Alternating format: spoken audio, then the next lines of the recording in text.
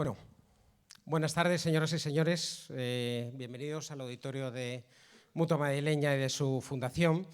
En nombre de la Fundación Mutua Madrileña, pues muchísimas gracias por acompañarnos por tercer año en este encuentro literario que trae a Madrid el Festival de Novela Policíaca Getafe Negro.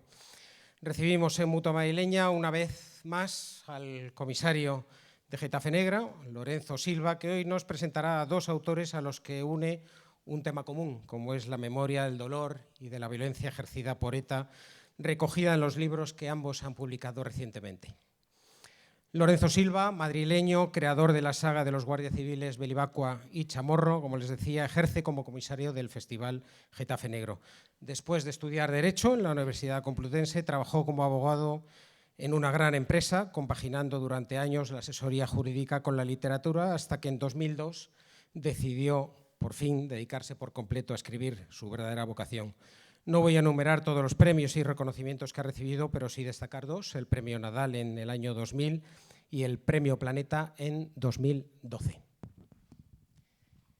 Edurne Portela es doctora en Literaturas Hispánicas por la Universidad de North Carolina, Chapel Hill, en Estados Unidos. Ha sido profesora titular de Literatura Española y Latinoamericana en Leith University de Pensilvania hasta 2015. Después de 18 años viviendo en Estados Unidos, ahora reside en Madrid y se dedica a escribir. Acaba de debutar en la novela Con mejor la ausencia, la crónica de una época en la que el terrorismo de ETA nos asolaba y una reflexión sobre las consecuencias de la violencia cotidiana. Por su parte, el coronel Manuel Sánchez Corbí es el jefe de la Unidad Central Operativa, UCO, de la Guardia Civil, y antes de asumir esta responsabilidad y durante nada menos de 25 años, fue uno de los principales mandos operativos de la Guardia Civil en la lucha antiterrorista. Aprovecho para recordarles, si no han asistido a anteriores encuentros de la Fundación Mutua Madrileña, que imagino que a la entrada del auditorio les habrán entregado una tarjetita, un tarjetón. Si ustedes quieren formularle alguna pregunta a nuestros invitados, pues la pueden cumplimentar y luego entregársela a nuestras azafatas o azafatos. Creo que hay uno y otro de cada sexo, que ellos se lo traerán a Lorenzo para que les formule las preguntas que ustedes hayan considerado convenientes a nuestros invitados, si hay tiempo para ello. Querido Lorenzo, estás en tu casa. Querida Edurne, querido coronel, muchísimas gracias por haber venido. Yo, antes de darte el protagonismo en la conducción de esta mesa redonda, me vas a permitir que tenga unas palabras específicas con el coronel. Coronel, porque bueno, pues es un jefe de la Guardia Civil, importante por las responsabilidades que tiene, pero también, al fin y al cabo, está aquí representando el cuerpo de la Guardia Civil. Y yo la verdad es que quisiera aprovechar esta oportunidad en estos momentos complicados que corren para España y en el cual la verdad es que vemos los acontecimientos que están sucediendo en Cataluña con una enorme tristeza y desasosiego. Pues quería aprovechar la oportunidad de tenerle aquí para transmitirle, yo creo que de parte de todos nosotros, los que estamos aquí, pues nuestro reconocimiento, nuestro agradecimiento, nuestro ánimo, nuestro cariño y todo lo que podamos trasladarle para dar apoyo a los miembros de la Guardia Civil que están destinados en Cataluña. Gracias.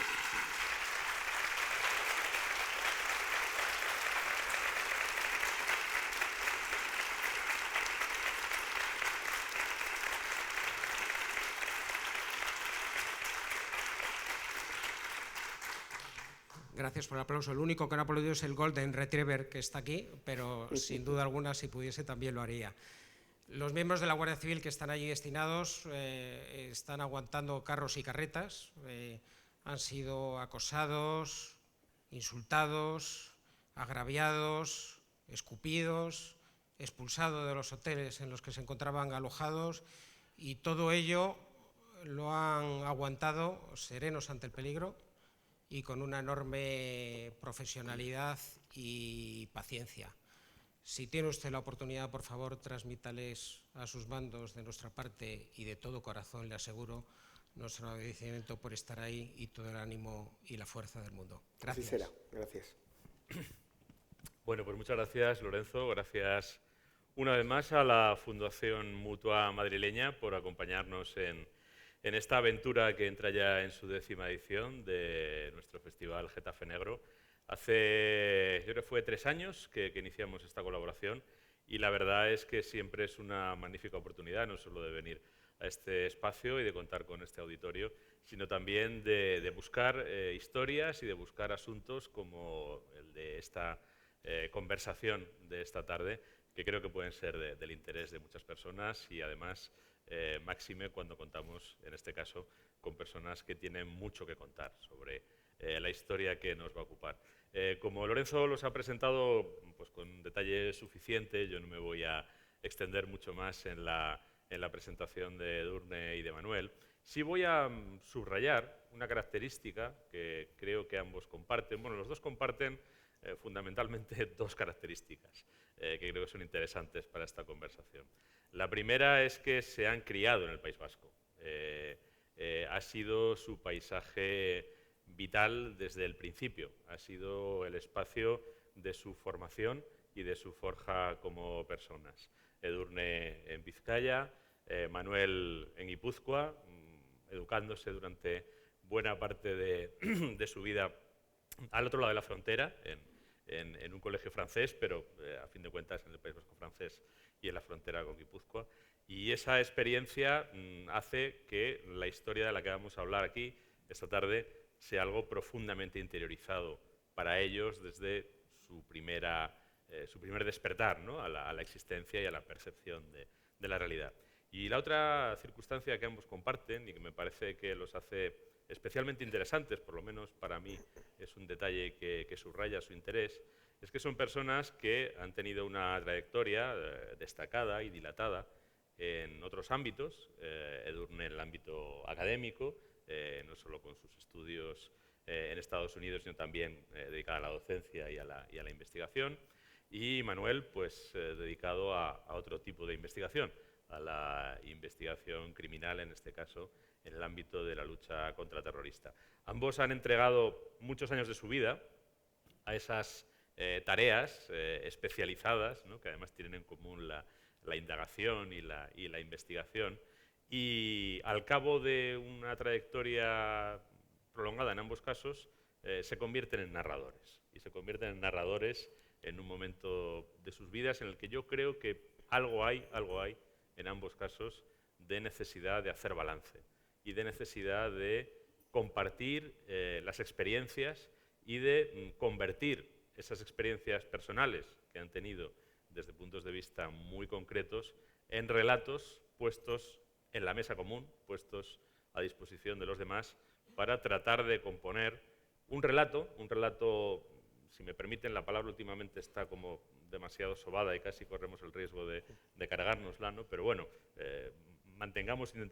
intentemos volver al sentido originario de ese término, ¿no? de ese vocablo, un relato, una narración, una exposición para quienes no los han vivido de unos acontecimientos, que creo que estamos sinceramente en los comienzos, creo que lo que estamos poniendo es las primeras piezas con estos relatos particulares que van surgiendo desde diversos ámbitos y con diversas autorías, para ir componiendo un relato mayor, un relato colectivo, que creo que necesitamos y creo que además será esclarecedor en muchos aspectos, ¿no? A esta mesa han estado, nos planteamos que acudieran otras personas. Estuvo invitada Gabriela Ibarra, que no ha podido venir por razones de salud, lamentablemente, porque tiene también un punto de vista, como conocerán, muy particular y también muy interiorizado. También intentamos contar con Fernando Aramburu, quien aprovecho para felicitar hoy por su Premio Nacional de Literatura. Sé que si él hubiera podido venir, pues lo habría hecho, pero andaba en una serie de cosas que se lo impedían. Pero creo que tenemos a dos narradores y dos visiones de esta historia que son lo bastante ricas y son lo bastante complementarias como para que de esta conversación salgan una serie de, no sé si de conclusiones, sí, pero sí por lo menos de reflexiones y de intuiciones enriquecedoras. Yo la primera pregunta que me gustaría haceros es común a los dos y tiene que ver con esto que acabo de comentar, ¿no?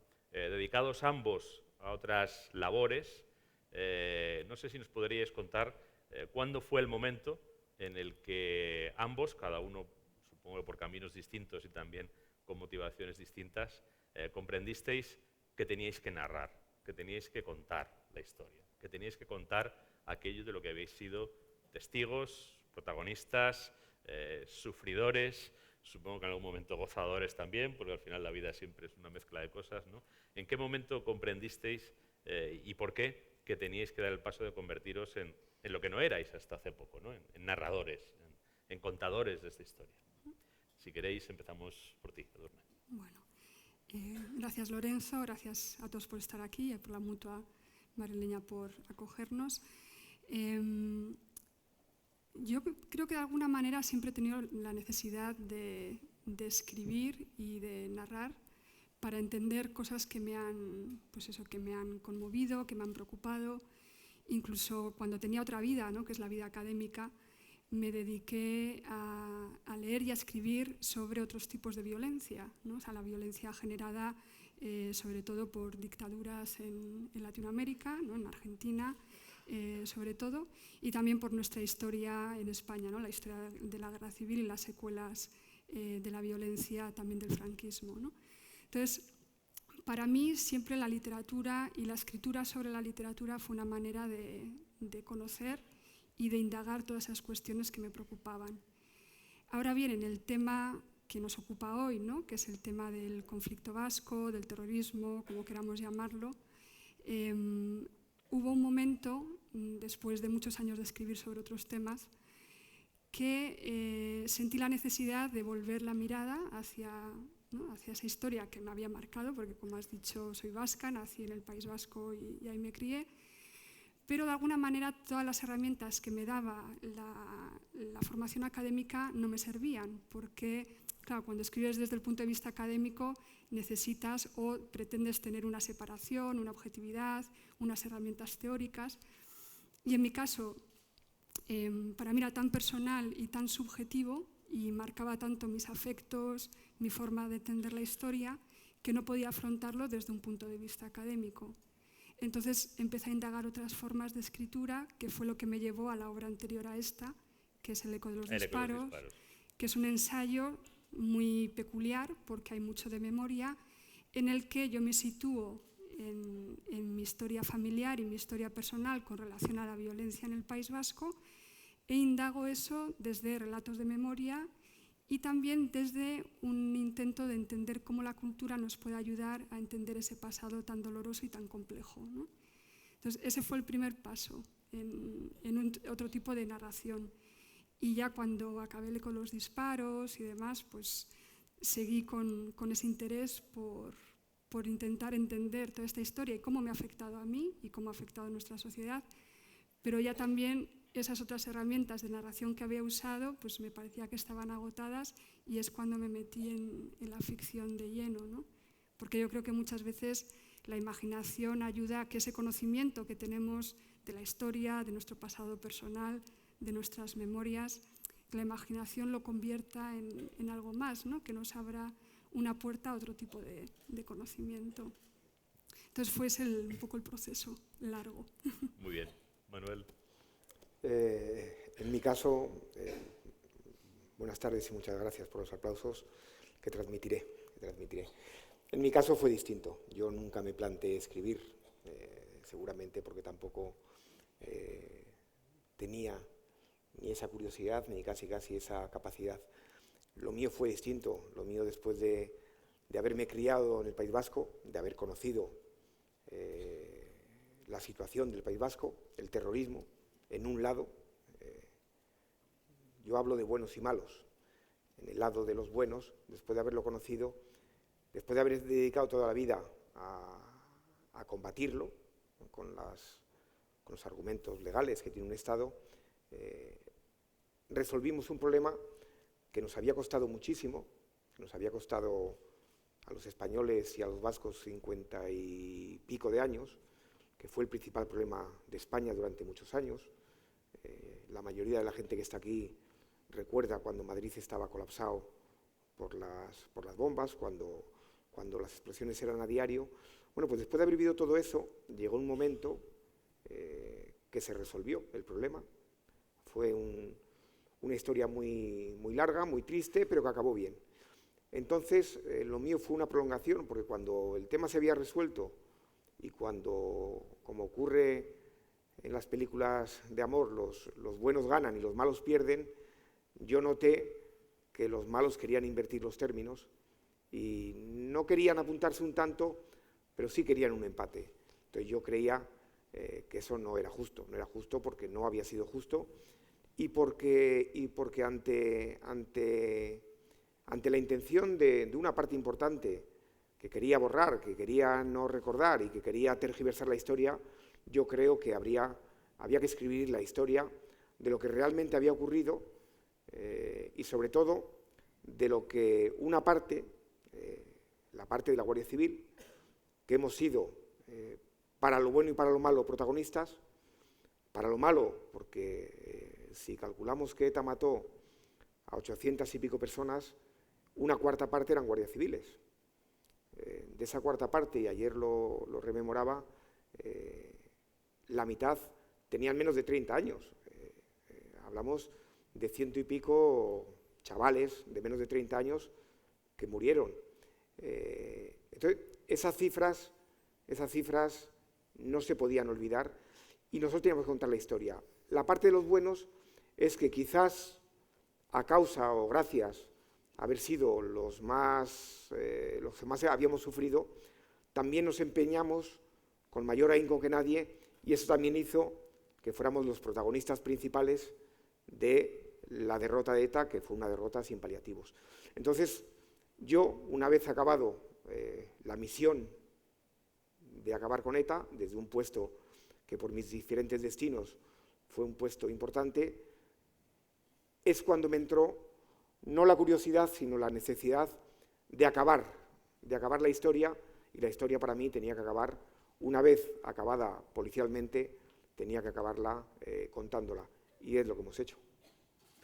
Bueno, hemos entrado directamente en harina, pero voy a retroceder un poquito para situar a los dos autores y sus dos trabajos, ¿no? Porque además también creo que tienen paralelismos, ¿no?, por los que querría plantear la siguiente cuestión. Edurne, aparte de El eco de los disparos, que como ya ha descrito es un ensayo sobre la huella literaria, ¿no?, del conflicto vasco, dicho de una manera muy rápida y muy somera, el libro que trae aquí, el libro por el que es actualidad, es una novela que se llama Mejor la ausencia. Está construida desde una voz femenina en primera persona. Creo que uno de los grandes aciertos de la novela en cuanto a su aspecto puramente literario es precisamente la creación y la construcción de esa voz. Al principio nos encontramos con una niña muy pequeña que cuenta las cosas que ve una niña muy pequeña, que siempre son... Es curiosa la sensación y creo que está muy lograda la sensación al comienzo de la novela, porque lo que ve esa niña pequeñita que vive en la margen izquierda del Nervión es como si mirara por una mirilla, solo ve una parte muy pequeñita de la realidad, ¿no? Entonces ella va contando lo que ve por la mirilla y el lector tiene que irse imaginando todo lo que está fuera de la mirilla, pero se lo empieza a imaginar, ¿no? Esta niña pues vive en un entorno en el que la huella de la violencia por distintas razones, y lo que no voy a hacer es destripar la novela, les recomiendo que la lean. Por cierto, a la salida pueden comprar tanto la novela como los dos libros de los que es autor Manuel. Bueno, pues a lo largo de la novela esa voz va evolucionando, la niña va creciendo y esa niña se convierte primero en una adolescente, luego en una joven y luego en una mujer que nota o percibe o nos cuenta cómo en su vida va dejando una impronta ese ambiente de violencia en todos los sentidos en el que vive inmersa. Violencia en su casa, violencia en su barrio, violencia en su ciudad, violencia en su país, violencia física, violencia psicológica, violencia ideológica, violencia social, violencia sentimental, violencia de todo tipo, ¿no? Es decir, realmente esa niña que aparece al principio contando de manera ingenua cómo se va de excursión con su padre al otro lado de la frontera y lo que va es a una labor que hace su padre de enlace con un pariente que está en la organización. Bueno, esa niña que tiene ese primer contacto con la violencia absolutamente cándido de pasar, además cuenta cómo cuando llegan a la frontera les dan los libritos a los señores con uniforme para que miren los libritos, ¿no?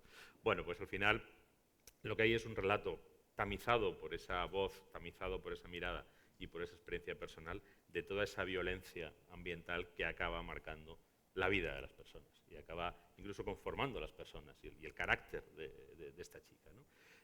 También sus relaciones familiares, su propia posición en la sociedad, en la que pasa por una evolución creo que muy interesante. Creo que otro de los aspectos interesantes de la novela es como bueno, pues primero empieza simplemente asumiendo con naturalidad, como asumen los niños la realidad, poco a poco se va insertando en ella, siempre de forma problemática. En la adolescencia pues pasa por la etapa esta de gregarismo que tenemos todos y luego pues va construyendo con mucha dificultad y muy laboriosamente su propia posición personal en todo esto, ¿no? Esto es lo que cuenta muy resumidamente y la autora me desautorizará convenientemente si he sido inexacto, mejor la ausencia, ¿no?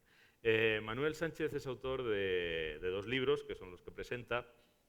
Uno se llama Historia de un desafío. En realidad es coautor de ese libro con Manuela Simón, que lo firma con ella, y ambos, los 2 guardias civiles, con larga experiencia en la lucha contra el terrorista, han trabajado con un equipo de otros guardias civiles, también veteranos de esa campaña, que han contribuido a recopilar multitud de testimonios, tanto de los guardias civiles que han sido víctimas de ETA, o de las familias, o de las viudas, de los huérfanos, de los padres que perdieron a sus hijos o a su hija guardia civil, porque también murió una mujer guardia civil. Han recogido todos esos testimonios y, por otra parte, han recogido los testimonios de las personas que a lo largo de 40 años estuvieron trabajando en unidades antiterroristas y al final acabaron, como he comentado antes, consiguiendo la desactivación policial de la banda terrorista. Son todo testimonios de primera mano. Muchos de estos testimonios nunca habían visto la luz. Había víctimas que nunca habían contado todo lo que cuentan en Historia de un desafío. Yo diría que de las operaciones policiales el 90% es prácticamente inédito, es decir, hay desde atestados hasta informes de operaciones, tanto en los años en los que la acción policial contra ETA era muy rudimentaria, era puramente reactiva, es decir, se producía un atentado y se hacía lo que se podía y se cortaban las carreteras y se respondía torpe y rudimentariamente, y si vamos al principio, pues todavía más torpemente decretando estados de excepción y cosas de estas que perjudicaban al conjunto de la población y causaban muy poco efecto en la banda terrorista, y hasta el final en el que la acción de los cuerpos policiales y muy singularmente de la Guardia Civil, que asumió el protagonismo de la lucha contra ETA, sobre todo en Francia, que es donde tenía su santuario y donde finalmente hubo que acabarle achicando el espacio, pues era muy diferente. Era una acción policial basada fundamentalmente en la obtención, tratamiento, desarrollo y explotación controlada de la información, de la inteligencia que se iba obteniendo sobre cómo funcionaba la banda, ¿no? Por hacer un resumen que también hemos hecho mucho en estos días, al principio los guardias civiles iban penosamente muy por detrás de los terroristas, y a partir de los años 2000, y antes incluso, pero sobre todo a partir de los años 2000, los guardias civiles iban permanentemente por delante de los terroristas hasta llegar a trasladarles la convicción de que no podían seguir operando porque era absolutamente imposible para ellos, ¿no?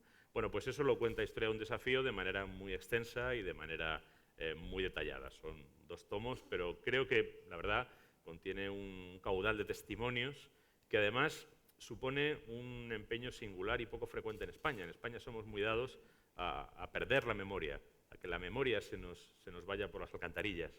El otro día me contaban historias de documentación sobre la Guardia Civil española, que la Guardia Civil no tiene y que sin embargo están en universidades norteamericanas, porque algún día alguien tiró esos documentos o los vendió al peso y llegó alguien de una universidad norteamericana y los compró y están en un archivo al otro lado del océano, ¿no? Bueno, pues frente a esa desidia, yo creo que aquí tenemos un esfuerzo realmente loable de conseguir que esa memoria documental, porque hay muchos documentos, pero también esa memoria viva no se pierda y esté ahí a disposición de futuras generaciones, ¿no? Sobre Historia de un desafío, Manuel, y en este caso yo comparto la tarea y también la firma del libro junto con un periodista, Gonzalo Araluce, bueno, los 3, a partir de Historia de un desafío, hemos elaborado una especie de resumen, de síntesis, de 500 páginas, que se llama Sangre, Sudor y Paz, que recoge toda esa historia, pero condensada, yendo a los episodios principales, a los momentos principales, y con afán de que, bueno, pues un lector general, lector común, alguien que no tenga un interés especial en temas policiales, pueda tener un acceso razonable a esa historia. La historia está contada de la manera más completa posible, también con la mayor profundidad que hemos conseguido en 500 páginas, pero intentando que sea un relato más ameno y un poco más asequible a un lector general. Bueno, esos son los dos libros. Y a mí la idea común que me surge al pensar en los dos es a la que hacía referencia antes, porque creo que está tanto en la historia de Edurne como en la historia del combate o de la lucha de la Guardia Civil contra ETA, narrada en Historia de un desafío y Sangre, sudor y paz. El carácter conformador de la violencia. Es decir, cuando la violencia alcanza un grado como el que alcanzó en el País Vasco, eso conforma la sociedad y la psicología de las gentes, ¿no? Creo que eso es un poco lo que cuenta mejor la ausencia. Y cuando la violencia que sufre un cuerpo policial es tan feroz y tan encarnizada como la que sufrió la Guardia Civil, no solo por los 200 y pico muertos, sino porque de los 17 niños a los que asesinó ETA, por poner solo un detalle más, la inmensa mayoría creo que eran hijos de guardias civiles, prácticamente todos. Bueno, cuando alguien sufre una violencia así, eso también ha troquelado a la Guardia Civil. Eso también ha conformado lo que ha sido su respuesta, ¿no? A mí me gustaría preguntaros a los dos sobre esa percepción de la violencia y ese carácter conformador de la violencia. Y también iría un poco más allá, es decir, en qué medida cuando uno ha sufrido esa influencia tan poderosa, tan sostenida, ¿cómo se puede superar? ¿Cómo se puede sobreponer uno a ella, ¿no? Eso es una experiencia superable, asimilable o deja fracturas irreparables, ¿no? Vamos, si queréis, por el mismo orden. Pues es una pregunta complicada, ¿no? Porque, bueno, una de mis preocupaciones principales al escribir, tanto Mejor la ausencia como el eco, fue indagar precisamente en eso, ¿no? ¿Qué significa haber crecido en una sociedad en la que la violencia estaba completamente normalizada? Entonces, yo nací en 1974, ¿no? Para 1974 ETA ya tenía una fuerza brutal, ¿no? Ya había sido el atentado en la calle Correo aquí en Madrid, en el que murieron 13 personas, habían asesinado a Carrero Blanco, y mis años de niñez son los famosos años de plomo, ¿no? Fueron los años más violentos de ETA, en los que, bueno, en el 80-81, un día sí, un día no, había un muerto sobre la mesa. Y la sociedad vasca, de alguna manera, asumió la presencia, no ya solo de ETA, sino también de todo el entorno, ¿no? de ETA, de una forma totalmente normalizada, ¿no? Y yo creo que durante muchos años convivimos con esa violencia como si fuera parte de nuestra cotidianidad y no nos sorprendíamos ante ciertas actitudes sociales. Entonces, por ejemplo, hay un escritor navarro que se llama Joaquín Muñoz, que de hecho ha escrito mucho en euskera, pero su obra ha sido traducida al castellano, que tiene unos cuentos fabulosos que exploran precisamente esta cotidianidad, ¿no? Yo lo hago en la novela, pero hay precedentes, ¿no? Y él es uno de ellos. Y en una entrevista que le hice, él decía, pues lo señalaba muy bien, ¿no? Decía, cuando no nos indignábamos, cuando en nuestros pueblos veíamos las pancartas en fiestas de Gora ETA y la simbología, ¿no? del H la serpiente, cuando nadie decía nada si a un concejal de tu pueblo recibía un sobre con una bala dentro, ¿no? Cuando sabías que tu vecino había perdido a un familiar y le daba la espalda, cuando todo esto pasaba y no había una reacción social, ¿qué estábamos haciendo, ¿no? Entonces, yo he estado ahí y yo he sido también testigo, ¿no? de este tipo de actitudes. Yo he podido tener esa actitud. O sea, yo nunca participé en una manifestación de Gesto por la Paz, por ejemplo, ¿no? Nunca llevé el lazo azul. Había mucha gente, bueno, no mucha gente, pero gente de mi entorno que sí lo hizo y yo no lo hice, ¿no? Entonces, mi pregunta es, ¿por qué, no? ¿Dónde hemos estado como sociedad que no nos hemos inmutado ante eso? Y también tengo que decir, y esto es duro de aceptarlo, pero lo mismo ha pasado cuando hemos negado lo que le ha podido pasar a un vecino, por ejemplo, sospechoso de ser militante de ETA y haber sufrido torturas, ¿no? También hemos dicho nosotros, desde esa posición ambivalente, bueno, si le han torturado o si ha pasado tantos días en la cárcel y no hemos sabido nada de él, algo habrá hecho. Entonces, yo creo que como sociedad nos hemos acostumbrado a un tipo de actitud de dar la espalda al dolor de los demás, pues porque o no hemos tenido las herramientas para procesarlo, o no hemos querido aceptar que eso formaba parte de nuestra vida cotidiana. Entonces, de alguna manera en la novela yo intento reflejar eso, ¿no? A través de la trama que tiene que ver con la cuestión del terrorismo y del conflicto, ¿no? No solo de ETA, sino de todo lo que rodeó a ETA. Pero también cómo igual nos conforma ante otras violencias, ¿no? ¿Qué somos capaces de aguantar para vivir en paz? Y a veces yo creo que no nos damos cuenta de esa frontera que estamos cruzando, ¿no? De aceptar cosas inaceptables simplemente pues, por eso, porque queremos mantener la paz individual. Entonces, yo sí creo que habernos criado y haber crecido en una sociedad en la que esta cotidianidad de la violencia era, ¿no?, tan presente y tan asumida, yo creo que sí nos marca nuestra visión del mundo, nos marca nuestra visión de la política, también yo creo que daña nuestra empatía, ¿no?, nuestra capacidad de ver el dolor del otro sin importarnos quién es ese otro, ¿no?, qué ideas políticas puede tener o incluso qué actitudes ha tenido frente pues eso, a ciertas cuestiones políticas. Y yo creo que eso ha pasado, por supuesto, en Euskadi, pero no solo en Euskadi, ¿no?, que es también algo que creo que ahora que ya pues, llevamos, ¿no?, unos años de paz, que se ha cerrado de alguna manera ese ciclo de la violencia, yo creo que es un proceso de reflexión y de autocrítica que tenemos que hacer como colectividad. Manuel. Yo coincido en una cosa, que es verdad que uno se acostumbraba a la violencia.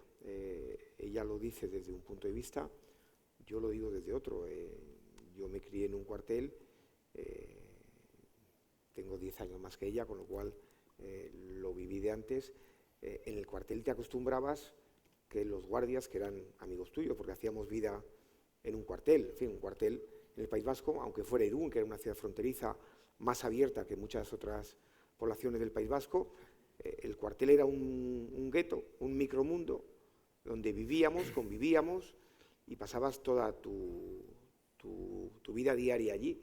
Y entonces era muy frecuente que las patrullas salían y hasta que no regresaban, hasta que tu padre no regresabas, pues tenías una cierta inquietud. Y cuando había un atentado, yo recuerdo horas enteras, era cuando los sistemas de transmisiones eran de otra manera, y te pasabas horas enteras en el cuarto de puertas, que es donde estaba la centralita, y ahí escuchabas las transmisiones de todo lo que ocurría en la provincia.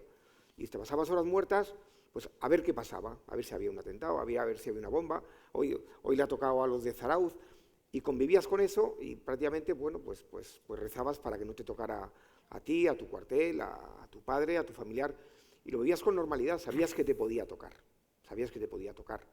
Entonces, uno se acostumbra a todo eso. Ella cuenta la parte suya, la vivencia suya, de cuando ocurría una cosa no se reaccionaba y cuando ocurría la contraria tampoco reaccionaba. Y efectivamente eso puede ser una actitud particular.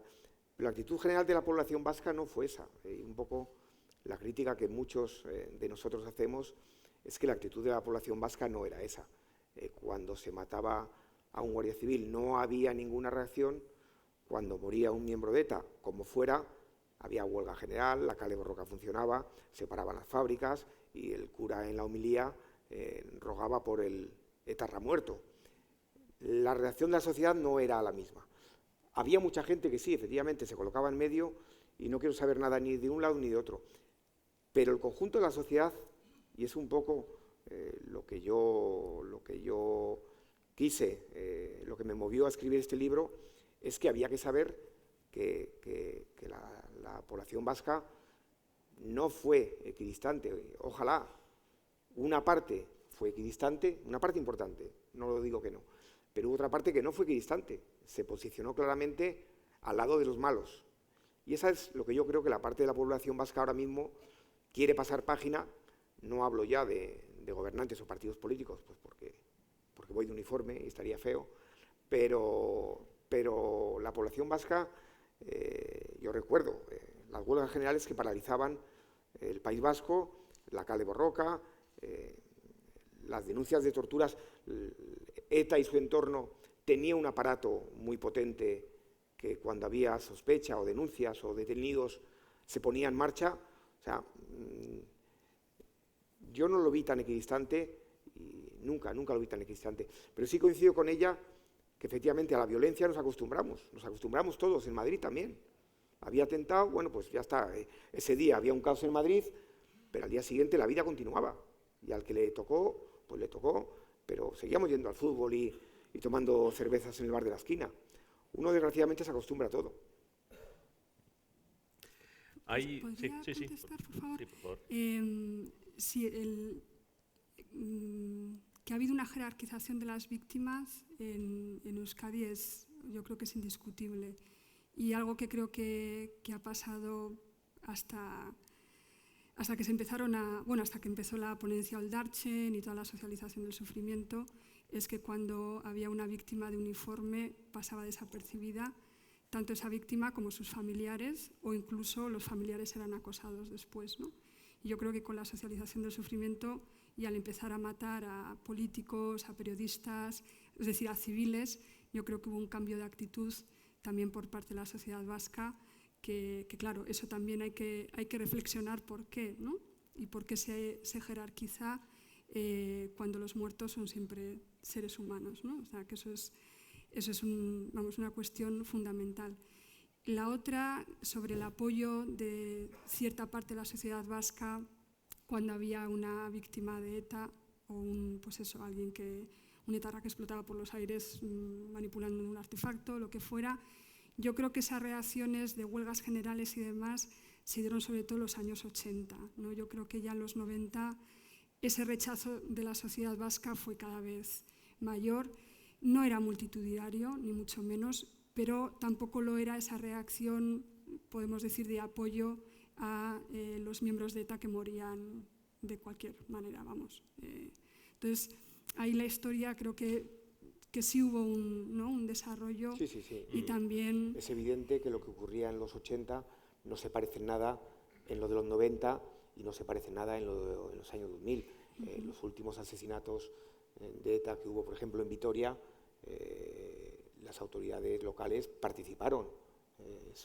Hay un subteniente Parada, y hasta tiene un monolito en Vitoria. Eso, evidentemente, en los años 80 era impensable, efectivamente. Eso hubo una evolución que igual fue una evolución lógica de la sociedad, no lo sé, del hartazgo, no lo sé. Pero yo lo cifro en el año... Miguel Ángel Blanco, en el año 95, puede ser un punto de inflexión, donde la gente ya se revela. Pero bueno, hablamos de que el año 95 y ETA empieza en el 60, para entendernos, han pasado 35 años. Y del año 95 al 2009, que ETA asesina a los últimos guardias civiles, pasan 14. O sea, sí, hubo una evolución clarísima que lo vimos todos. Que además yo diría que no es exclusivo de la sociedad vasca, ¿eh? Yo creo que eso sucedió en el conjunto de la sociedad española. Puesto a meter baza, ¿no? Yo estaba en Madrid.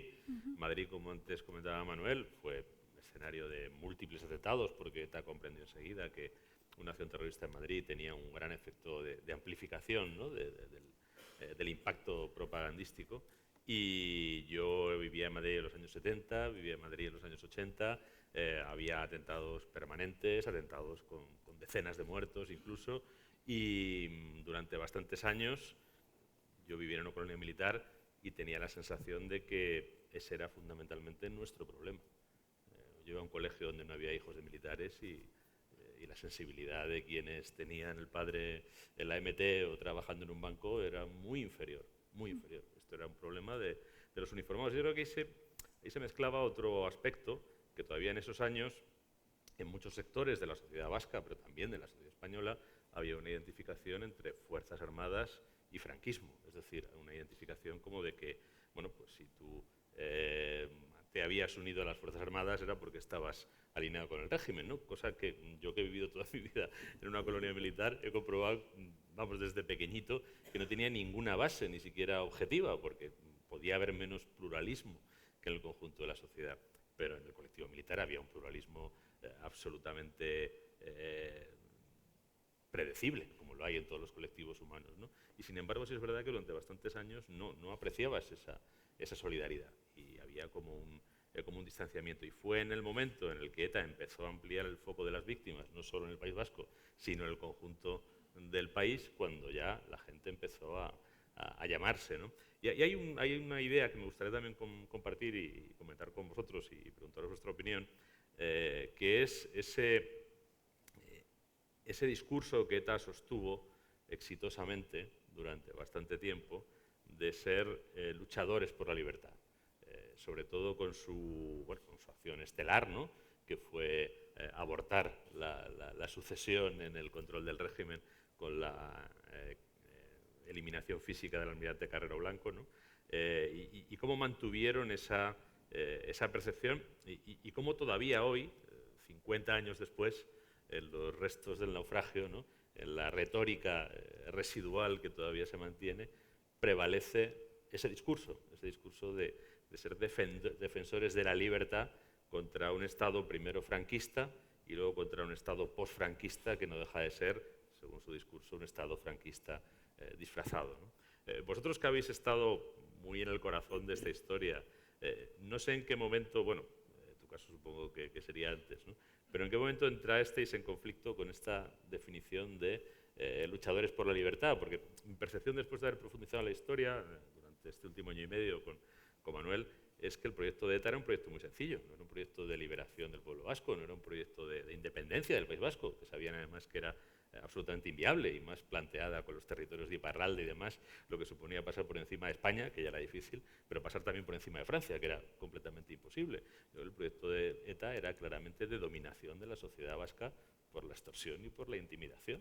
Es decir, creo que es un ejemplo casi cósmico de hacer pasar una cosa por la contraria, ¿no? Alguien que está pretendiendo dominar a una colectividad, persuadir a cientos de miles de sus integrantes de que está queriendo liberarlos. Sí, bueno, yo creo que cuando, pues como la gente de mi generación, ¿no?, que naces cuando ETA tiene una presencia social muy fuerte, yo creo que al principio, sobre todo en los años de adolescencia, es muy fácil sentirse atraído hacia ese entorno, porque era un momento, pues estoy hablando de mediados de los años 80, en los que el aparato político de ETA era muy fuerte, sobre todo en el plano de movimientos, que podemos decir, movimientos que cualquier adolescente rebelde se puede sentir muy atraído. Estoy hablando pues del ecologismo, ¿no?, con las acciones de Lemóniz y demás, pero bueno, hay una línea ecologista muy importante, el feminismo, y luego esa vinculación que tenían con los movimientos de liberación en América Latina, ¿no? Entonces, yo creo que cualquier adolescente un poco rebelde y con ganas de explorar pues, movimientos de izquierdas y demás, la entrada en el entorno Abertzale era muy fácil y muy seductora,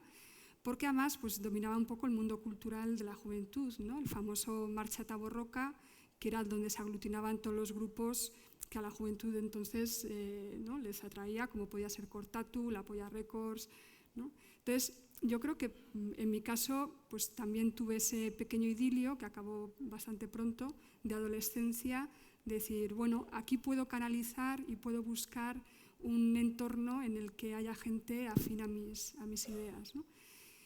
Yo me desencanté muy pronto porque vi que el proyecto Abertzale, el proyecto nacionalista, como cualquier nacionalismo, era muy provinciano y a mí me asfixiaba, ¿no? Entonces, bueno, yo tenía otras inquietudes políticas, leía mucha filosofía política aún sin entenderla, ¿no?, siendo muy joven, y para mí me desencantó, y esto es lo terrible, ¿no?, que no te desencantaba tanto lo que era la violencia, sino pues la ideología que proponían, ¿no?, esa exaltación de la Arcadia vasca, que claro, yo además en la margen izquierda del Nervión no me creía, ¿no?, porque no tenía nada que ver con nuestra realidad social.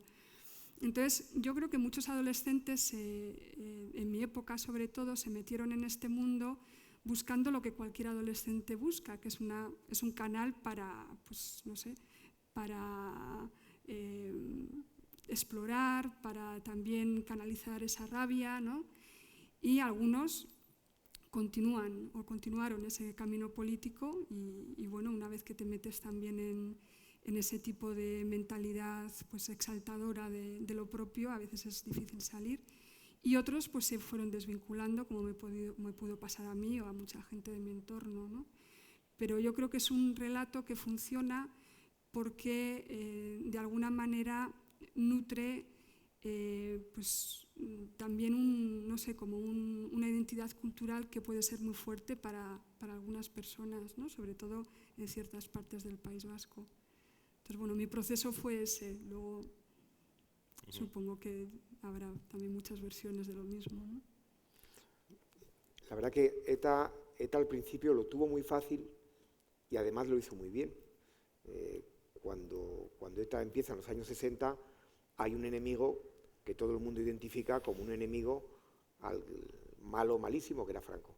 Entonces, los primeros 15 años de historia de ETA lucha contra Franco, con lo cual eso le granjea amistades, evidentemente, en todo el País Vasco, en media Europa y en muchas partes de España. El Partido Socialista en los años 70 apoyaba a ETA. Y así, ese ser antifranquista, aunque ya haya documentos que en el año 62 ya dicen que su fin no es acabar con Franco, su fin es la independencia, eso lo mantiene mucho tiempo. Adolfo Suárez, cuando muere Franco y llega la democracia, hace una cosa inteligente por un lado, pero torpe por otro. Pretende integrar a los terroristas a la vida democrática. Dice, voy a hacer borrón y cuenta nueva. Y hay un hecho que muy poca gente sabe. Hay una amnistía y todos los presos de ETA salen a la calle. Ese día, la democracia actual ya fue generosa con los terroristas. Les perdonó a todos. Todos salieron a la calle. Eso fue inteligente en una parte, torpe en otra. ¿Por qué? El año 78, 79, 80, pasamos de los 20, 30 muertos a los 80, 90, 100. Lógico, estaban todos en la calle, dispuestos a matar. ¿Qué ocurre? ETA asume la parte democrática y dice, bueno, hasta ahora yo tenía una baza muy buena, que era ir contra Franco. Eso me ganaba mucha clientela. Franco muerto, no lo puedo seguir explotando. Y encima, la democracia me ha perdonado. Entonces, lo que hace ETA es crear un entramado de un montón de organizaciones que acaparaban todos los sectores de la vida del país, el ecologismo, el feminismo, todo. Y entonces, a partir de ahí, mantiene para una parte todavía la aureola de luchadores por la libertad, había copado a toda la juventud, a toda la sociedad, cada uno en un sector donde se sentía identificado, y todo eso lo lideraba ETA. Y eso lo mantuvo durante mucho tiempo, hasta que evidentemente la gente fue abriendo los ojos y viendo que qué libertad en el año 88-89 si las instituciones funcionaban con normalidad. El gobierno vasco, el estatuto, la Constitución, y se le fue acabando. Pero sí lo hicieron muy bien por estas cosas que digo. Quiero dejar un poquito de tiempo para que si hay alguna pregunta nos la puedan hacer los asistentes, pero quería plantear otras dos cuestiones, por lo menos.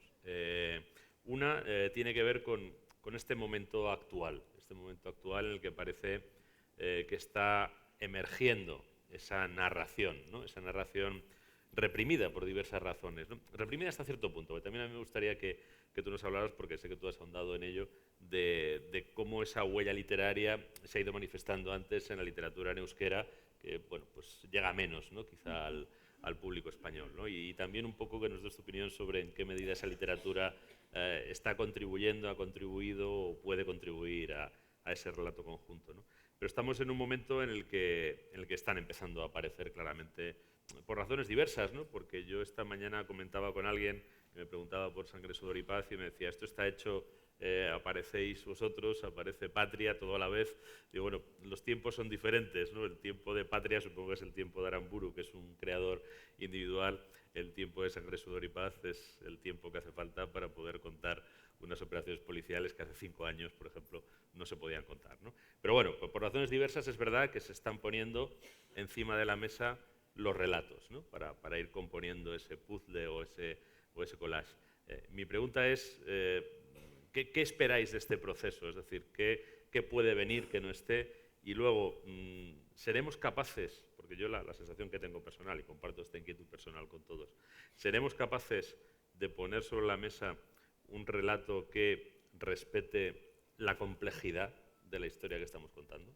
Después de tantos años de esquemas, después de tantos años de propaganda, y después de tantos años de manipulación, ¿no?, del estilo de la que acabamos de comentar, ¿no?, de presentar como luchadores por la libertad a extorsionistas de sus vecinos, ¿no? ¿Seremos capaces de hacernos cargo de la complejidad de todo esto? ¿Qué nos llevará? ¿10 años, 20 años, 30? ¿Nunca? ¿Qué pensáis? Bueno, primero empiezo por la primera parte de la pregunta, que tiene que ver con bueno, cómo la literatura y también el cine, ¿no?, ha contribuido a crear esta, o bueno, ha contribuido a contar la historia de lo que ha pasado en Euskadi. En realidad, ahora hablamos mucho de pues, esta especie de boom que se supone que estamos teniendo de libros sobre el tema, pero se ha escrito bastante sobre ello. Lo que pasa que son obras que igual no han llegado, algunas porque pues, se editaron en editoriales pequeñas, en Euskadi, y no se conocen mucho, otras porque creo que causaban incomodidad, ¿no? La gente no quería leer sobre esto, no quería saber sobre esto, igual porque la herida estaba demasiado abierta. Pero desde Euskadi se ha escrito sobre ETA y contra ETA cuando ETA mataba, ¿no? Y eso yo creo que a estos autores hay que reconocerlos, y que lo han hecho además desde la complejidad a veces incluso de gente que viene del nacionalismo, ¿no?, pero que está totalmente opuesta a la violencia. Entonces, y bueno, hay mucha gente que no, ¿no?, que se ha desvinculado totalmente de ese proyecto político. Entonces, gente como que comentaba antes, Joaquín Muñoz, Iván Zaldúa, Luisa Echenique, ¿no?, que también escribió una novela contra ETA, El ángulo ciego, en el 2000, 2001. Entonces, bueno, hay toda una tradición de literatura que yo creo que lo ideal sería volver a ellos y ver cómo os lo estaban contando, ¿no?, porque esto es memoria viva. O sea, estos son escritores que desde esa afectividad absolutamente dañada, ¿no?, por la violencia están escribiendo sobre el tema. Y lo que está pasando ahora, que es algo que vengo comentando estos días a raíz de presentaciones de Mejor la ausencia y de entrevistas, que creo que es un momento muy interesante, que estamos varias generaciones de escritores vascos escribiendo sobre el tema, ¿no? Está la de Saizar Vitoria, Aramburu, ¿no?, gente que de alguna manera empezó a escribir. O sea, Aramburu, recordemos que ya antes de Patria había escrito un libro de cuentos, ¿no?, sobre el tema. Y es gente que de alguna manera es de la generación con la que surgió ETA, ¿no?, o la generación que se hizo madura al mismo tiempo que ETA empezó su actividad. Luego está la mía, la de Iván Zaldúa, otros escritores que cuando nacimos y llegamos a la conciencia política o una conciencia individual, ya ETA estaba muy presente en nuestra vida, ¿no? O sea, nacimos y ETA estaba ya con nosotros. Y luego hay una tercera generación más joven que mira este pasado casi como si fuera una historia mítica, ¿no? No mítica en el sentido positivo, sino una historia no vivida, pero heredada de una forma también muy dolorosa. Es gente que son muy jóvenes, o sea, no se acuerdan del asesinato de Miguel Ángel Blanco, por ejemplo, pero sienten la historia como algo muy profundo, ¿no? Entonces, para mí lo ideal sería que cada uno aportáramos nuestra visión de esta historia desde nuestro relato subjetivo, ¿no?, que en ese sentido no tiene nada que ver con lo que, por ejemplo, desde la Guardia Civil se puede aportar en documentación, investigación y demás, ¿no?, o lo que los historiadores pueden hacer desde su metodología de investigación. Yo creo que desde la cultura, desde la literatura, el cine, las artes, lo que podemos aportar de hecho es esa complejidad, no es esos matices que vienen de, bueno, en parte haber vivido la historia y haberla sentido, pero también en parte desde esta imaginación que se puede adentrar en las zonas más oscuras, ¿no?, del comportamiento humano, de los afectos, de cómo nos ha marcado como sociedad y como individuos. Entonces, para mí lo ideal sería que surgieran versiones múltiples, ¿no?, de esto, que enriquecieran ese relato que podemos decir de la verdad histórica, ¿no?, de los hechos innegables, pero que lo enriquecieran desde estas subjetividades tan diferentes, ¿no?, de varias generaciones de gente que ha vivido esta historia. Yo creo que el esquema es muy simple. La libertad que tenemos ahora ha abierto las puertas a la libertad para escribir, que antes la tenían personas muy contadas, muy valientes, porque no hay que negarlo, escribir contra ETA y los periodistas, que eran los escritores diarios del día a día, unos cuantos murieron. Además, un escritor se enfrentaba al mismo problema, además en una sociedad donde no te iba a comprar mucho el libro, eso era lo de menos, pero sobre todo que te podía matar. Con lo cual yo creo que ahora mismo que se disfruta de libertad, se han abierto las puertas a la libertad de escribir. Entonces, todo aquel que antes tenía una cierta duda, un recelo o no lo veía claro, ahora lo ve claro y ahora se va a escribir muchísimo, pero muchísimo. Y los malos siempre escribieron mucho. Había una editorial, la editorial Chalaparta, que era prolífica en libros, todos versaban de lo mismo, las torturas. La izquierda Berchale, o ETA, tenía una enciclopedia que era, y no exagero, era de grande como el Espasa Calpe, donde guardaban absolutamente todo. O sea, es imposible de leerlo. Vamos, yo no sé, lo teníamos en la oficina, eran 20 tomos, que vamos, eso, hay que estar loco para escribirlo y para leerlo. O sea, pero la otra parte no escribía, por miedo, nosotros porque no podíamos, evidentemente no íbamos a contar investigaciones. Yo creo que ahora se ha abierto esa puerta de la libertad y donde más se va a escribir, evidentemente, es donde más hay que contar, que es en el País Vasco. Y yo creo que es un ejercicio muy saludable y yo creo que de tanto que se va a escribir, la verdad histórica se va a conformar, porque la verdad es que es muy clara. Habrá algún matiz, pero la verdad es muy clara. El bueno fue bueno y el malo fue malo. Y el bueno fue bueno por esto y el malo fue malo por todo esto. Y eso va a aflorar. Y de hecho, el boom que hay ahora, yo creo que es el plazo lógico de acaba ETA, me decido a escribir, me pongo a escribir y acabo las obras y empiezan a aflorar obras. Y a partir de ahora será un sin parar de obras, que yo aplaudo porque al final yo creo que la verdad se tiene que saber, se tiene que contar. Creo que el que más tiene que contar son los ciudadanos vascos, los escritores vascos, pues porque lo han vivido de primera mano.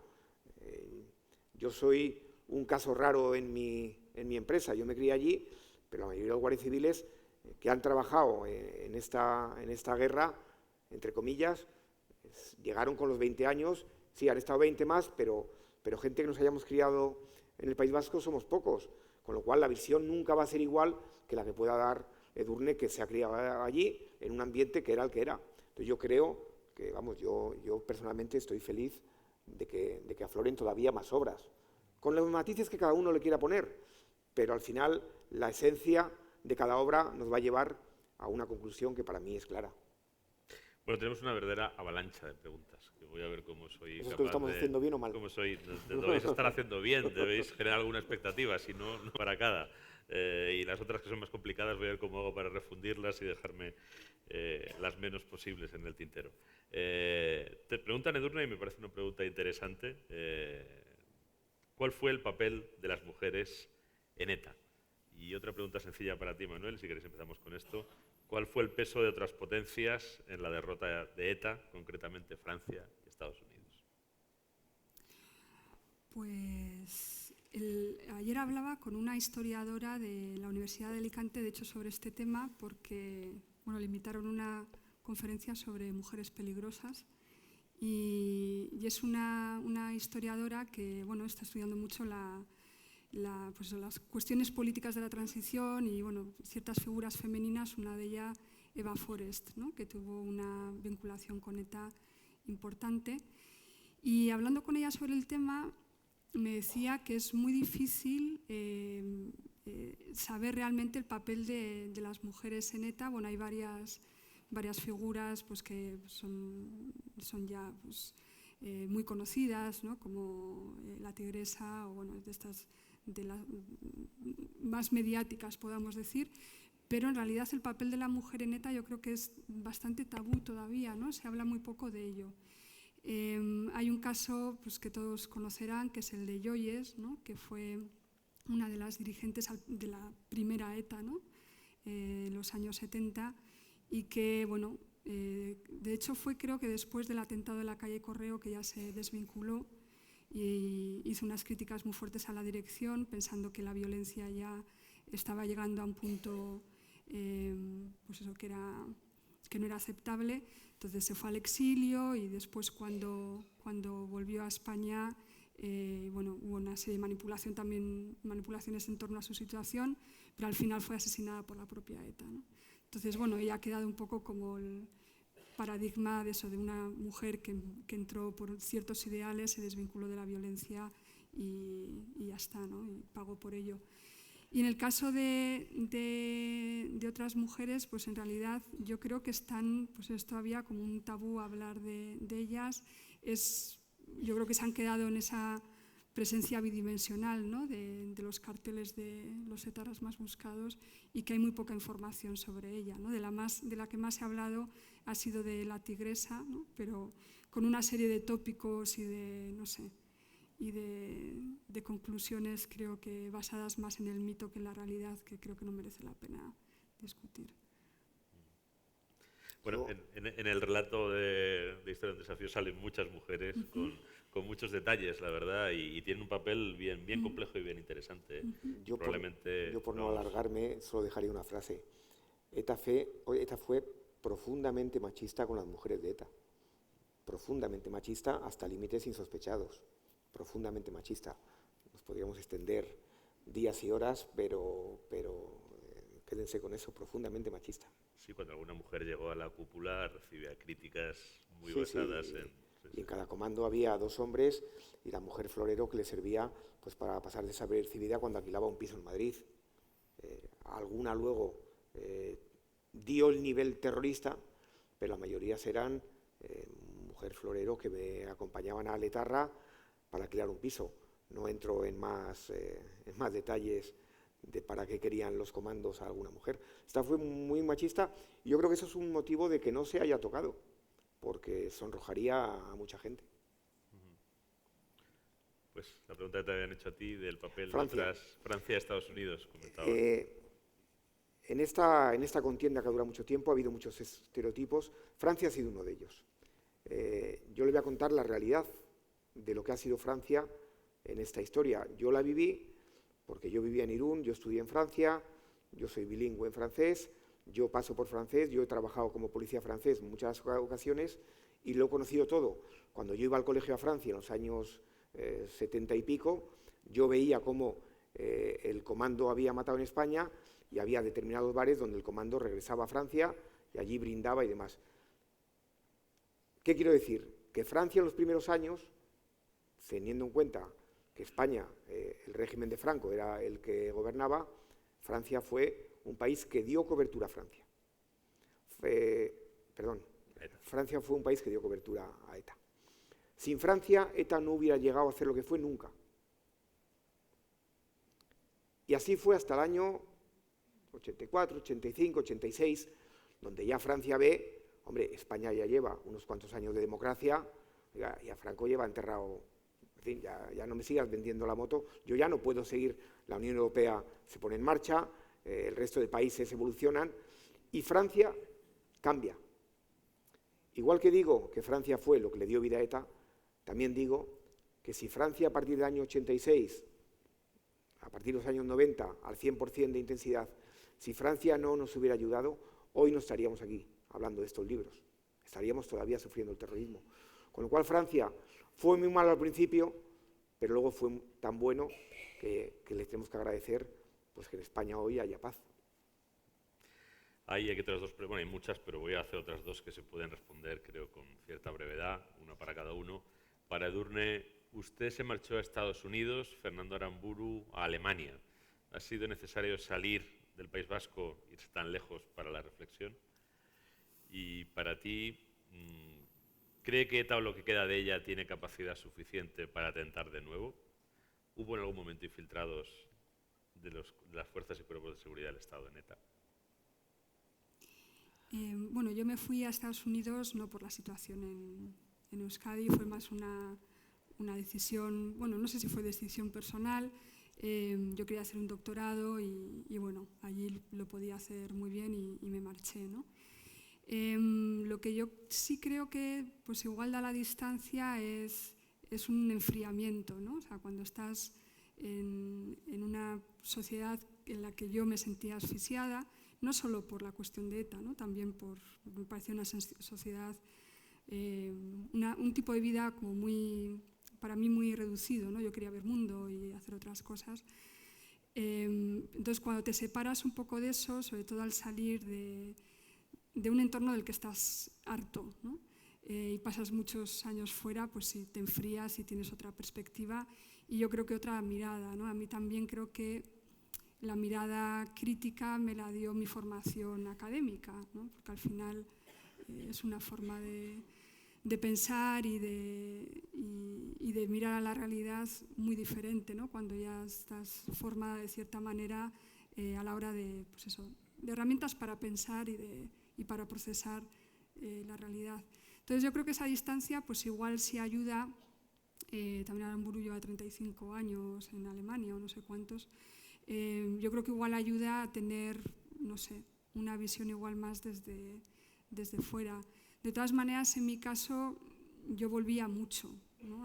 a casa y intentaba pasar todos los veranos, el mes entero pues eso, de las Navidades. Entonces, era una separación, pero no era, ¿no? Y también como era un tema que me preocupaba, pues lo seguía mucho. Así que no sé si al final tiene tanto que ver la distancia o el momento, ¿no? El tiempo.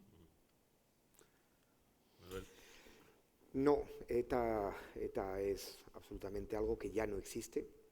Hay alguno que todavía mantiene unas siglas, que de vez en cuando saca un comunicado que ya no leemos ni nosotros. ETA está absolutamente, no existe.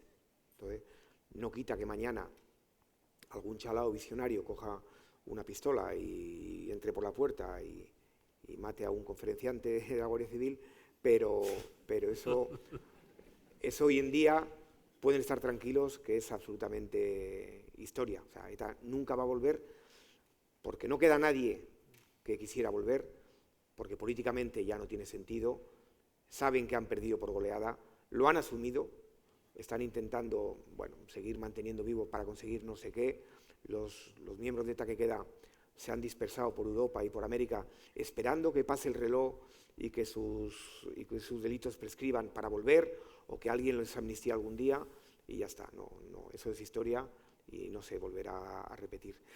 Infiltrados, bueno, el libro que hemos escrito cuenta historias de los infiltrados que ha habido en ETA, algún guardia civil y alguno que no era guardia civil y que se infiltró en ETA pues porque estaba predispuesto y le ayudamos a infiltrarse en ETA. Muchas veces me han preguntado, ¿pero cuántos infiltrados ha habido en ETA? Y bueno, le voy a contestar, menos de los que yo hubiera querido, pero más de los que ellos creen. Es más, todavía hay alguno que sigue dando información, como es lógico, y que no está en el libro. Si esperan leerlo en el libro, no lo van a encontrar. Bueno, tengo una pregunta. He rehuido el tema, las analogías con el tema catalán y demás, pero bueno, aquí se plantea una pregunta y si queréis aprovechar para hablar de ello, pues puede ser el pretexto, ¿no? Os la hago en común a los dos. Preguntan por el papel de la Iglesia y el clero vasco y el papel que estamos viendo también del clero catalán en el proceso independentista, similitudes y diferencias. Bueno, no sé, una reflexión sobre esto, la que queráis hacer. Dejo a Edurne, si queréis. Que la mía será también podéis pasar palabras. Más radical. Si os parece muy espinoso. No, o sea, al final la Iglesia se mete en política en todos sitios, o sea, en España, en Cataluña y en el País Vasco. Entonces, bueno, tenemos separación de poderes, se deberían respetar, esa es mi opinión. Sí, yo estoy de acuerdo con Edurne y coincidimos. La Iglesia, yo creo que al principio, desde el principio de ETA, o sea, el primer miembro de ETA que mata al guardia Pardines se refugia en una iglesia y un cura le empieza a dar cobijo ya, luego creo que el sacristán le traiciona, pero desde el primer día la Iglesia vasca, y yo cuando lees mucho, es que tenían el complejo de que en la época de Franco la Iglesia estuvo con Franco. Entonces yo creo que la Iglesia vasca, igual por la guerra civil, se posicionó claramente a favor de ETA. Ya no digo en conductas individuales de colaborar con los terroristas, que las hubo, yo he detenido a algún cura, sino que como las pastorales del obispo Setién eran famosas. Entonces, para mí la Iglesia vasca es vergonzante y lo fue hasta el último día. Y estoy de acuerdo con Edurne que su misión era cuanto menos haber sido equidistante con todas las víctimas. Voy a contar que el que muere, la Iglesia le niega el mismo tratamiento al terrorista que muere poniendo una bomba o al guardia civil que muere con la bomba de otro terrorista. Debería ser por lo menos equidistante. No lo fue. Fue cruel. Hay una historia curiosa que contamos en el libro, que es el archivo histórico de ETA, que lo tenía un religioso. Sí, el archivo histórico de ETA, detuvimos en Francia a Miquel Ancha, que era el jefe de ETA, y le encontramos un papel de esto, hay que dárselo a un benedictino de Lazcano, que Lazcano siempre tenía mucha tradición, hay un monasterio benedictino, con 3 benedictinos, pues han ido muriendo, y entonces fuimos a detenerlo para que nos explicara. Al final no lo detuvimos, perdón, sí lo detuvimos, pero no lo llevamos detenido, lo dejamos allí porque el hombre era muy mayor, y era el que guardaba el archivo histórico de ETA. Y el hombre, cuando yo le pregunté, me dijo, hombre, lo que para usted es terrorismo, para mí es un papel histórico, y lo que hoy es terrorismo, en 15 años será historia. Y sí, ya, pero es que hoy es terrorismo, ya, en fin, ya lo siento. Bueno, hay una pregunta, también creo que puede ser común, la leo. A través de organizaciones y partidos afines, ETA está en las instituciones vascas y navarras. Región esta, dice quien nos hace la pregunta, que paulatinamente va cayendo en manos de independentistas. ¿Podemos hablar entonces de la derrota de ETA o lo afirmamos para ocultar la triste realidad? Esta es una pregunta que a mí me viene haciendo muchas veces también en los últimos días sobre si ETA no habrá ganado la batalla aunque haya desaparecido operativamente. ¿Qué opináis? Bueno, yo creo que es un tema muy complicado. La izquierda abertzale yo creo que es bastante plural ahora, que no todo el mundo que está en un partido de la izquierda abertzale, no todo el mundo que está en EH Bildu es un etarra. Eso yo creo que desde fuera de Euskadi no se entiende y se debería entender. Y bueno, habrá gente que sí tenga un pasado y una vinculación, como puede ser pues, Arnaldo Otegi, o gente que ha sido muy significada en la historia de Herri Batasuna, Batasuna, Euskal Herritarrok y EH Bildu, pero hay mucha gente de la izquierda abertzale que no está en esa línea, ¿no? y que lo están demostrando, lo que pasa que creo que no trasciende. Entonces, es un conjunto político que tiene que tiene su pluralidad, y yo creo que como estamos en un país democrático, se tienen que respetar los sentimientos también de los nacionalismos periféricos, ¿no? Y si hay gente metida a la política que democráticamente quiere luchar por ese proyecto político, se esté de acuerdo o no, yo creo que hay que respetarlo. Yo aquí tengo sentimientos encontrados. El coronel lo que piensa es que esta gente han sido derrotados y al final les hemos obligado a respetar las reglas del juego. Y con las reglas del juego están en las instituciones, pero con las reglas que hemos dado. Claro que defienden la independencia del País Vasco, pero lo vemos todos los días en el Congreso de los Diputados, que alguno sale con la misma canción, pero esa es la regla del juego democrático. Luego, cuando me quito el uniforme, voy a decir un taco, te encabronas porque digo, coño, pero ¿cómo ya? Pero la democracia tiene más cosas buenas que malas. Una de las malas es que hay gente que, bueno, pues que emplea, pero está empleando las reglas que le hemos dado, ¿eh? Si queremos cambiarlas, las cambiamos. Si no las cambiamos, no hay nada que decir. Hay una pregunta, quizá para la profesora, me vas a perdonar que te la haga en este contexto, pero bueno, creo que eres una de las personas más autorizadas, ¿no?, para responderla. Te preguntan cuándo empieza a haber literatura sobre ETA a favor y en contra. Ya sé que has escrito un ensayo de varias páginas sobre ello, pero si puedes resumir así en un par de minutos. Pues en realidad muy pronto. Hay 2 obras que podemos decir fundacionales sobre ETA. Una escrita en euskera, que es Un metro, de Ramón Saizar Vitoria, que es del 77, en la que ya se plantea una visión crítica, ¿no? Dentro de un pensamiento nacionalista, pero no es una versión heroica de ETA, ni mucho menos. Y luego en español está, bueno, tú la conoces seguro, de Raúl Guerra Garrido. Sí, lectura del La historia Capital. insólita del Capital, ¿no? Del Capital, sí. que bueno, también es de los 70, ¿no? Y entonces empieza a haber literatura sobre ETA muy pronto. Luego, claro, en el entorno de ETA siempre ha habido una línea, ¿no?, de literatura que de alguna manera pues eso, la ha defendido o ha representado un poco su proyecto cultural, pues como Sarrona India, ¿no? O sea, esta gente que, bueno, que ha estado marcando la línea, pero en realidad literatura que haya trascendido en Euskadi que tenga que ver con ETA o con el conflicto, no solo con el terrorismo, ¿no?, sino con todo lo demás, es muy temprana y en realidad siempre ha estado bastante a la contra, ¿no?, de lo que es la violencia de ETA, y la primera sería eso, ya en el 77. Una pregunta para ti, Manuel, o casi va a fundir dos, para ver si podemos. Me preguntan hablan del atentado de Hipercor en Barcelona en particular, pero ¿cuáles eran las líneas de investigación que se abrían después de un atentado? Se refieren a este. Bueno, el tema es muy complejo, pero si quieres decir algo respecto de cómo se trabajaba. La investigación ha ido evolucionando con el tiempo, porque la tecnología también ha ido evolucionando con el tiempo. En un atentado tipo Hipercor, las líneas de investigación son muy poquitas, porque en el lugar del atentado queda muy poco. Íbamos a rebuscar. Yo me acuerdo del atentado de Vic, de llegar a las 4 de la mañana y ponerte a rebuscar en los escombros para encontrar algo. Casi nunca encontraban nada. Y luego ya, si no te ibas al lugar del atentado, pues intentabas buscar cómo el terrorista había llegado al lugar del atentado, accesos, vías de comunicación, cámaras, alquileres, hoteles. Hay que decirlo que ETA era un grupo terrorista muy cualificado técnicamente, muy bueno en el sentido de que nos ponía muy difícil las investigaciones y era muy difícil investigar a ETA y conseguir algo. Había algún patán, los patanes siempre existen, pero fueron muy poquitos y era muy difícil investigar a ETA.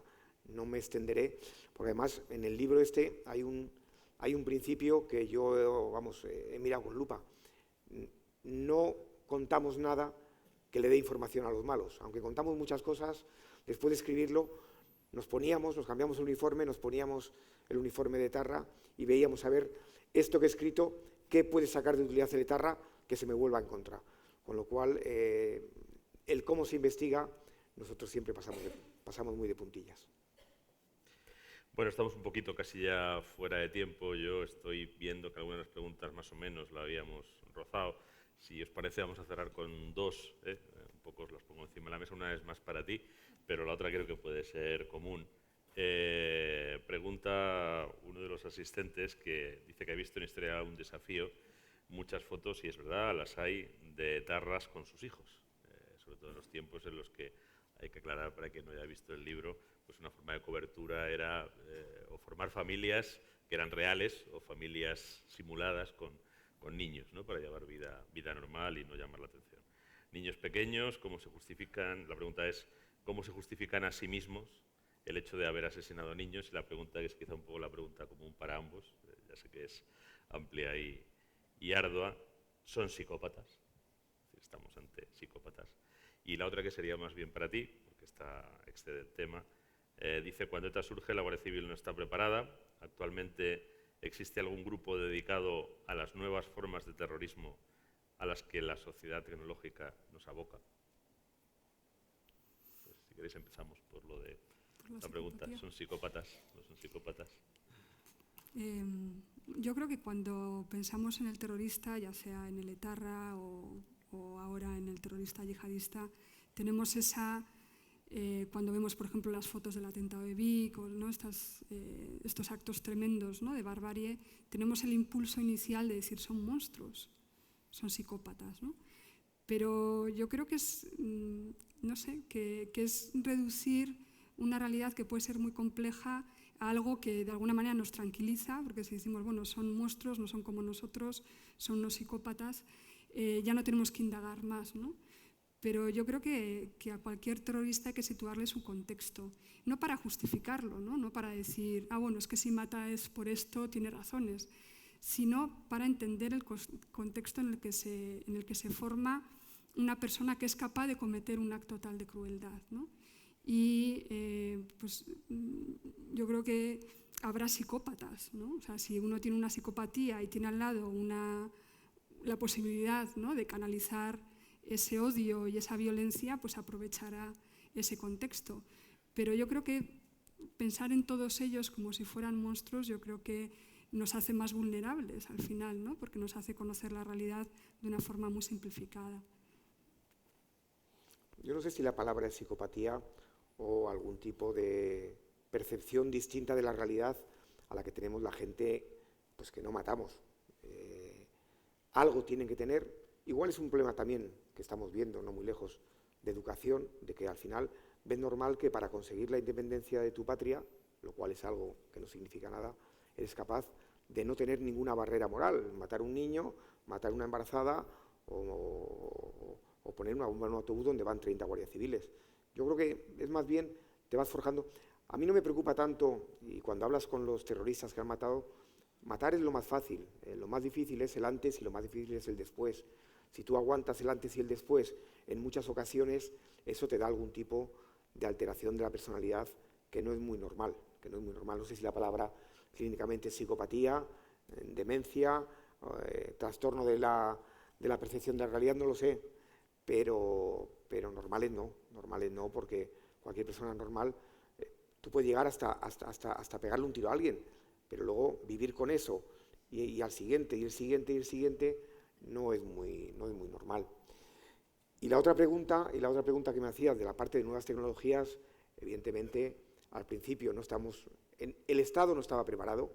En los años 60 no había Estado, veníamos de una guerra civil, una crisis económica, no era nada. Con el tiempo, y eso es un poco lo que también cuenta el libro, la evolución de la Guardia Civil, de la Fuerza de Seguridad, al final íbamos muy por delante. La tecnología hoy en día lo es todo. El servicio de información, que son los compañeros que se encargan del terrorismo, hay una parte muy importante, área técnica, que se encarga de nuevas tecnologías. En la unidad que yo dirijo hay un departamento muy potente, que es el Departamento de Delitos Telemáticos, que el nombre ya lo dice, y que actúan diariamente. En fin, doy una pista que ya ha salido. En lo que está ocurriendo en Cataluña, el Departamento de Delitos Telemáticos consigue que el día del referéndum, vamos a llamarle, la informática a las 8 de la mañana deje de funcionar. Entonces, efectivamente, las nuevas tecnologías se abordan. Nunca es suficiente porque eso es cuestión de dinero. Los estados tienen el dinero que tienen, en España tenemos lo que tenemos y siempre querrías más. Pero bueno, básicamente nos enfrentamos con un cierto éxito y con una preparación al mundo moderno, pero que avanza demasiado rápido. Pero bueno, nos enfrentamos, tenemos las herramientas.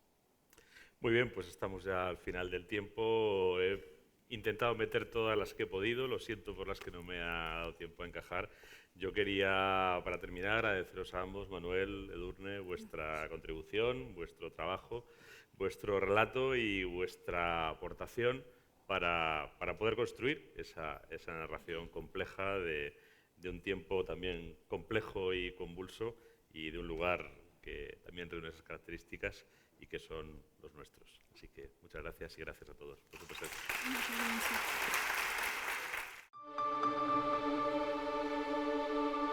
gracias.